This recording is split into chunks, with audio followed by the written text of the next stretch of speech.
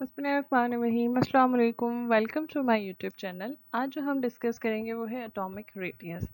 Atomic radius जो है वो शो करता है साइज़ को, ठीक है, यानी कि एटम का साइज़, ठीक है, साइज़ ऑफ एन एटम, ठीक है। एटॉमिक रेडियस जो है ना वो, अगर हम कोई एक एटम की बात करें तो वो बताना इम्प्रॉपर होता है, क्योंकि जो इलेक्ट्रॉन हैं वो कहीं पर भी हो सकते हैं, न्यूक्लियस के बाहर कहीं पर भी हो सकते हैं, तो उनका रेडियस इस तरह से बताना जो है वो एक एक एटम का बताना मुश्किल है, ठीक है। तो इस वजह से हम इन्हें जो है ना वो ग्रुप्स की फॉर्म में लेते हैं। वो किस तरह से लेते हैं वो मैं आपको आगे चल के बताऊँगी। एटॉमिक रेडियस जो है वो टॉप टू बॉटम जो है वो इंक्रीज़ होता है, क्योंकि नंबर ऑफ़ शेल बढ़ रहे होते हैं लेकिन चार्ज वही सेम होता है। इस वजह से जो है वो एटॉमिक रेडियस जो है वो इंक्रीज़ होता है, लेकिन ये डिक्रीज़ होता है लेफ़्ट टू राइट, क्योंकि लेफ़्ट टू राइट क्या होता है, न्यूक्लियस चार्ज बढ़ रहा होता है। न्यूक्लियस का जब चार्ज बढ़ता है तो उसकी ग्रिप जो है वो ज़्यादा स्ट्रॉन्ग हो जाती है बाकी लास्ट के इलेक्ट्रॉन की तरफ, तो ये एटॉमिक रेडियस जो है वो डिक्रीज़ होता है। इसको मेजर किया जाता है आर्मस्ट्रॉन्ग में, और 1 आर्मस्ट्रॉन्ग बराबर है 10⁻⁸ सेंटीमीटर के। अगर हमें एटॉमिक रेडियस मालूम होना तो हम किसी भी एटम की केमिकल बिहेवियर के बारे में बता सकते हैं, ठीक है।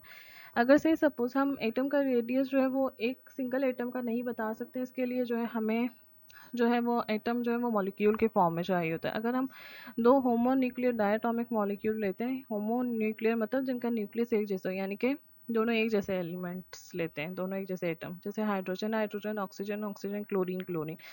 तो ये स्पेक्ट्रोस्कोपिक मेथड और एक्स रेज का जो मेथड होता है उसके थ्रू जो है हम ये बता सकते हैं कि इन दोनों की बॉन्ड लेंथ जो है वो क्या है।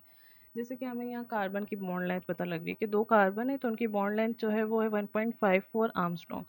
तो जब हम इसका एक हाफ कर देंगे तो ये हो जाएगा 0.7777, ठीक है, आर्मस्ट्रॉन्ग। तो यानी कि 1 कार्बन का जो एटॉमिक रेडियस है वो है 0.77। ये हमें सिर्फ इस तरह से पता लग सकता है जब हमें डायटोमिक मॉलिक्यूल मिला हुआ हो। अगर हमारे पास एक ही हमें पता लग गई है तो दूसरे की बताना जो है वो ईजी है। अगर हम हेट्रोजेनियस डायटोमिक मॉलिक्यूल लेते हैं कि दो हमने ऐसे एटॉमिक मॉलिक्यूल्स डायटोमिक मॉलिक्यूल्स लिए जिनका न्यूक्लियस जो है वो डिफरेंस है, ठीक है। जैसे फास्फोरस क्लोराइड है, एक फास्फोरस है, 3-5 क्लोराइड है, ठीक है। अब इनकी हम बॉन्ड लेंथ मालूम करेंगे। जब हमें इनकी बॉन्ड लेंथ पता लग जाएगी ना, तो अगर हमें एक का भी पता लग गया ना कि एटॉमिक, सही सपोज हमें फास्फोरस का पता लग गया कि इसका क्या है रेडियस, तो दूसरे का बताना जो है वो ऑटोमेटिकली ईजी होता है। अब हमें ये पता है कि देखिए फास्फोरस क्लोराइड के साथ तो रिएक्ट कर जाता है लेकिन आयोडीन के साथ रिएक्ट नहीं करता है। क्यों रिएक्ट नहीं करता है? क्योंकि आयोडीन जो है ना वो हेलोजन है, ठीक है। उसका जो है वो साइज़ जो है ना वो आयोडीन का जो है वो साइज़ जो है वो बहुत बड़ा होता है एज़ कम्पेयर टू फास्फोरस। तो वो क्यों फास्फोरस को अपने 5 जो है वो आइटम देगा, तो ये जो है फास्फोरस आयोडीन के साथ जो है वो बॉन्ड नहीं बनाता है। तो ये वाली बात है कि एटॉमिक रेडियस जो है वो हम एक सिंगल इलेक्ट्रॉन का बताना मुश्किल है, तो एक सिंगल का बताना मुश्किल है, तो इसलिए जो है हम लोग डायटोमिक मॉलिक्यूल लेते हैं, फिर उनके हम बॉन्ड लेंथ को देखते हैं, फिर बॉन्ड लेंथ जो है वो जो आती है फिर उसका हाफ ले लेते हैं, जो हाफ होगा वो एटॉमिक रेडियस होगा सिंगल एटम का।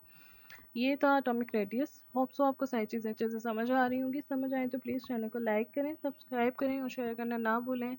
मिलते हैं आपसे नेक्स्ट वीडियो में। टिल दैट, अल्लाह हाफिज़।